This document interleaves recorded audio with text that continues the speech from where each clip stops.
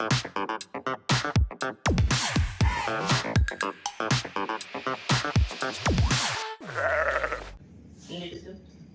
so welcome back to yet another episode of the randInt podcast. It's episode 7, yay! Yay! But wait, there's more. Well, hopefully that's not the end of it. So it's episode 7, it's time for another minisode. You may hear cats running around because one of them definitely sundowns and is now hyperactive. It often says, meow. Alright, well this was your idea, so why don't you do what you want to do? Well, today's minisode is going to be cool stuff about the brain. But we gotta do the reference to what the actual minisode thing is. It's random facts. So we're gonna call it Did You Know? This is true.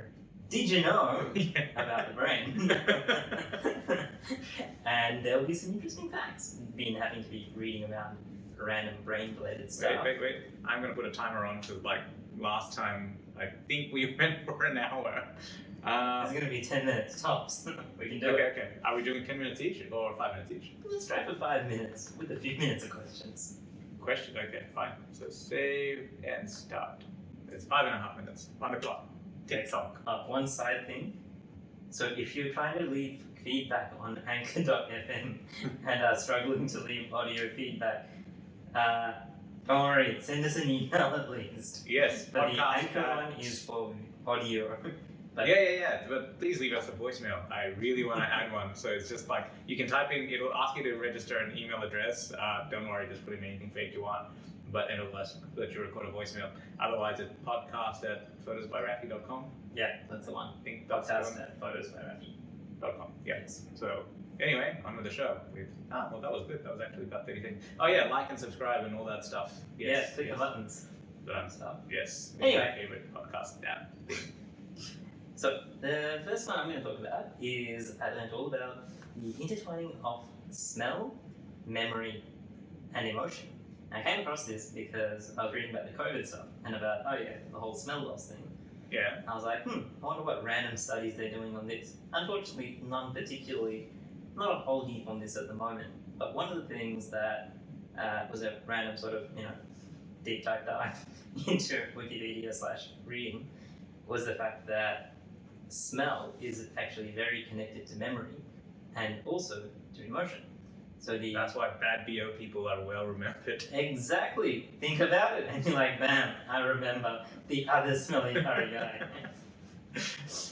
So the olfactory gland, which is the smelling centers in your nose, which have nerves that send back the signal, i.e. the olfactory nerves, they send their signals back to a processing center. And one of the interesting things is that it's one of the only sensors where it doesn't have to pass through a whole bunch of other processing in the brain before it gets to certain other parts of the brain. So for example, that makes no sense. As in, if what does that you mean? see something, then what you see gets interpreted by other clever higher up parts of the brain into... What do you mean? Basically, it's pre-processed, so it gets pre-digested a bit, and then... Yeah, well done for trying to get rid of the jargon. But I think what you're saying is a whole bunch of things that you're looking at and it gets converted into simpler and simpler forms, it needs more processing by your brain before you actually deal with said information. Okay, so would it be right in saying, say, we're looking at a room at the moment, so it would be hey, there's different bits of info like color, shapes, texture, and then each one gets broken down and that gets reinterpreted? Is that kind of what you're saying? Yeah, so for example with vision, it gets broken down into the various shapes, contrast areas, and then what you interpret is those shapes and contrast things, not directly what you see. And so there's a little bit more, and then eventually emotion even plays into it, but it's a much later step in the vision processing. As in, you eventually go, oh shit, that's a ghost. Exactly, and now I'm scared. Whereas with smell, that connects into the part of the brain that is associated with memory, called the temporal lobe, and it bypasses a whole bunch of other areas of the brain which other senses go through, and it goes directly there. So it doesn't need pre-processing? No, it kind of ends up there straight away. Sweet. And also, the emotion centers of the brain, also similar sort of connections.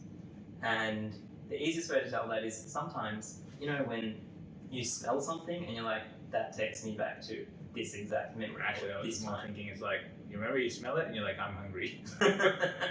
That too, but it's one of the senses where that feeling tends to get evoked a lot more. So unfortunately, I didn't find any more research about COVID-related ones, but that's what I was interested to see what would come next. What happens to people who lose their smell? Because supposedly other people that lose their sense of smell, that is something noticed. I was kind of curious to see, is that something that... So if you've had COVID and you've lost your sense of smell, leave us a voicemail. We'll keep it anonymous. But yeah, actually that'd be interesting to see. I mean, we have, one person. Yeah. So if you're listening... I don't know, does he listen? I don't know. You should send it to him. And then you should get him to leave us a voicemail. We're really after voicemails. This is true. Yeah. Okay. Random brain things. So, mine's actually a two-parter, just because, actually, let me just reset the time. We actually made it with 30 seconds to spare. Boom. Boom. Was that interesting, by the way? Like, if you guys like it, feedback. Come on. Like, this whole segment is like trying out different ideas to see what sticks. But random brain facts was pretty cool. Let me reset and start. So my one, I just went with, I haven't actually read one of the articles, which is about how anesthesia affects brains. That one's a wide one, which I'll maybe for the next segment. So everyone knows that the brain is like a giant blob that has a lot of electrical signals, and those electrical signals determine like what parts of the brain are active, and that's just how it works. It's just thousands and thousands of little wires essentially connected to each other, and the complexity of it seems to give rise to consciousness, motor function, like moving arms and legs, and everything that you've talked about. So Elon Musk has obviously been in the news a lot because he's Elon Musk. So one of the interesting things is, if you can, so there was a guy ages and ages ago, I'll link the YouTube video, who kind of just was like, I wonder what the brain sounds like. So he just stuck electrodes in and just hooked it up to a speaker, and it produced a buzz, and he was like, oh cool, look, that's the sound of the brain. Eventually this guy went on to actually interpret some of the, like you stick it onto a motor with a piece of paper and you get the squiggly lines like an ECG, and eventually went from interpreting squiggly lines to different versions of squiggly lines to going, hey, that seems to move when the people move their arms. So he constructed this thing which Elon Musk has recently demoed with the Neuralink stuff, where you can have like a coin-sized electrode stuck in the brain, and you can make a monkey think to move the arm without actually moving it, and it'll move like a computer joystick.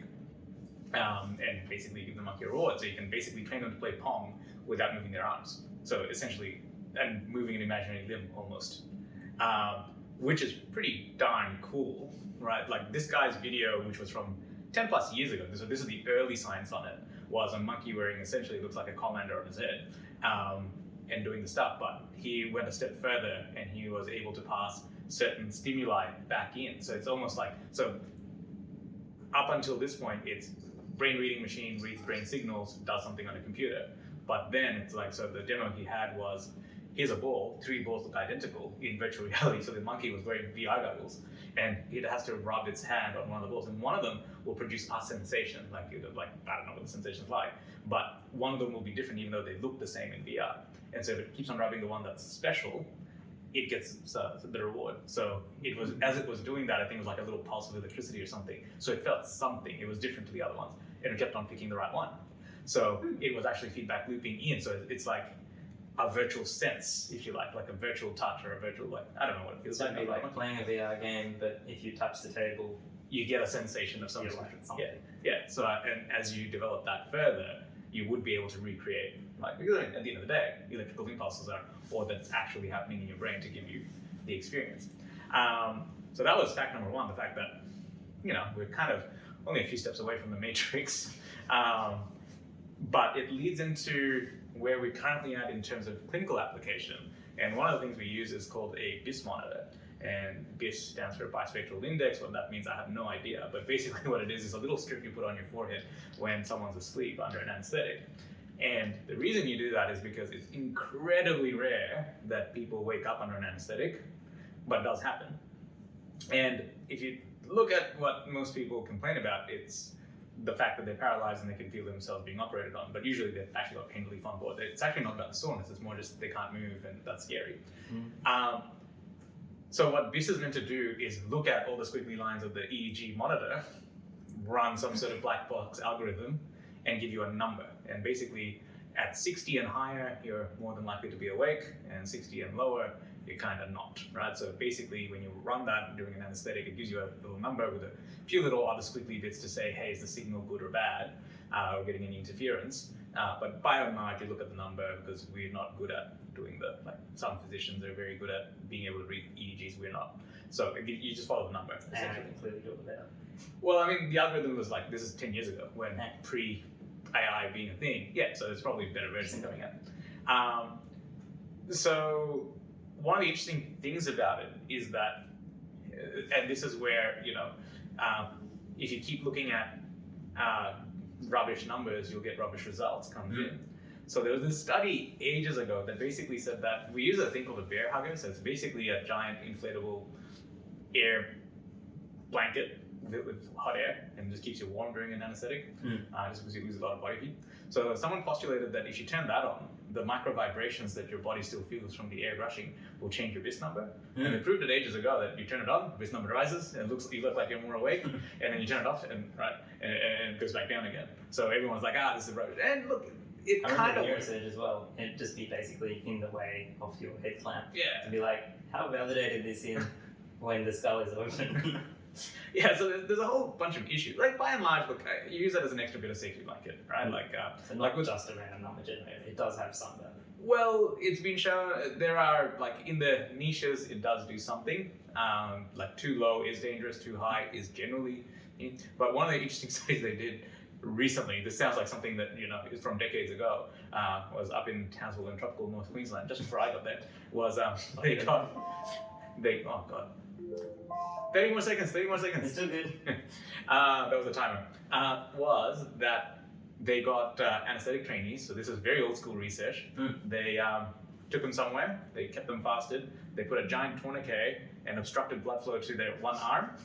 Then in the other one, they stuck a cannula in, they put a BIS strip on, so there's this little strip on the forehead, then they paralyzed them. Didn't give them anything else, they were wide awake, but they were paralyzed. Sounds like a fun study. Continue. So, but because the blood supply was cut off to one arm, the muscle relaxant didn't get there, so they could move that arm.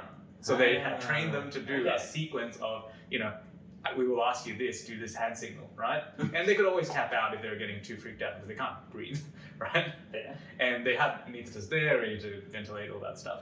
So they did it and proved that once paralyzed, the BIS goes down, even if they're wide awake, even if they can recall everything, even if they can do the hand signals.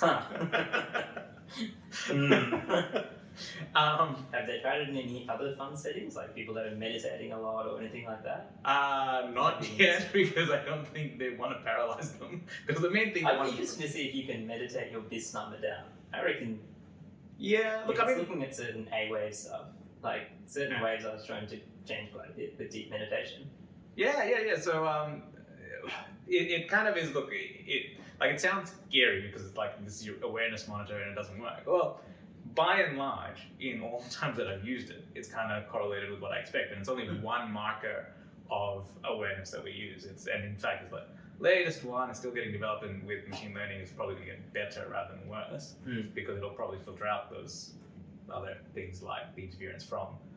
Because if you think about it, if you've turned off your muscles, that's a huge amount of neural output and also proprioception that's not going back into the brain because the microsensors are kind of off. And we assume that it's only the neuromuscular junction for movement, like all the receptors in your muscles that get blocked, but it probably does the opposite as well, like the feedback from like proprioception, so where your arm is in space or feeling of touch on your skin, like it's probably blocking a bit of that.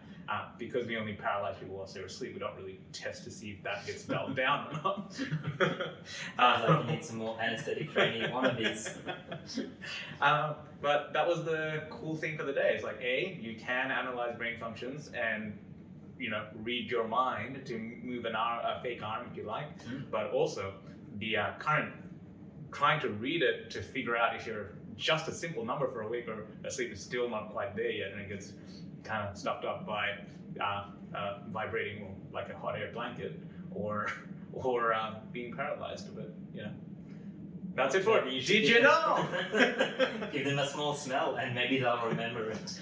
Yeah, I don't think you want them to remember that they were paralyzed. Remember that memory? The fear.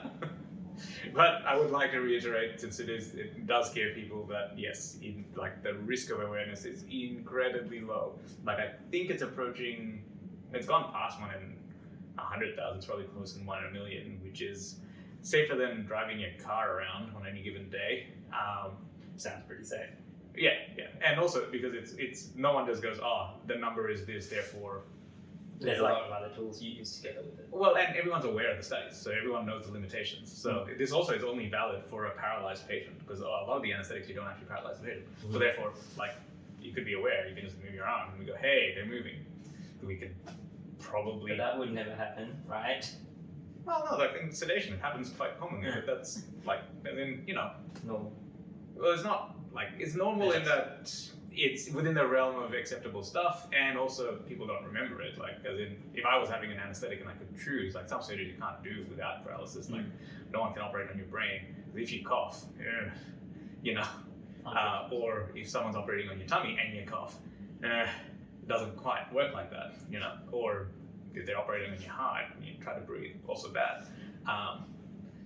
Yeah, so there's some things you can't avoid it, but in most other ones, like, at the end of the day, like, it's like if you stub your toe, you don't go, oh my god, I stubbed my toe, I'm freaked out. It's more just like if you can't do anything about it, it's the emotional experience of being But what can you do about stubbing your toe? No. The worst. Anyway, so yeah, don't get too freaked out about anesthetics and being aware, because it's very, very low chance it will, and we're feeling much better. Drugs are much cooler, but... There you go, there's a third point for Did You Know? So yeah, that was a short episode, and hopefully you like it, and we'll keep doing them, or at least incorporate it into our bigger episode. Indeed. Like and subscribe, and stuff. Click potatoes. Hi, always potatoes. Is there anything else? Oh yeah, so this one was a bit delayed coming out, so next one will probably be a bit... Chandra's back in Melbourne, so it's a bit easier to coordinate. Yeah. There'll be more. And I think we're past the point where... I think on average, most the podcasts don't make it till episode 7 or 8. Yes. Oh, we have to get to 8. Then we've definitely Beyond average. So like, subscribe, so that we can keep talking silly stuff, and we'll try to include more cat sounds in the next one.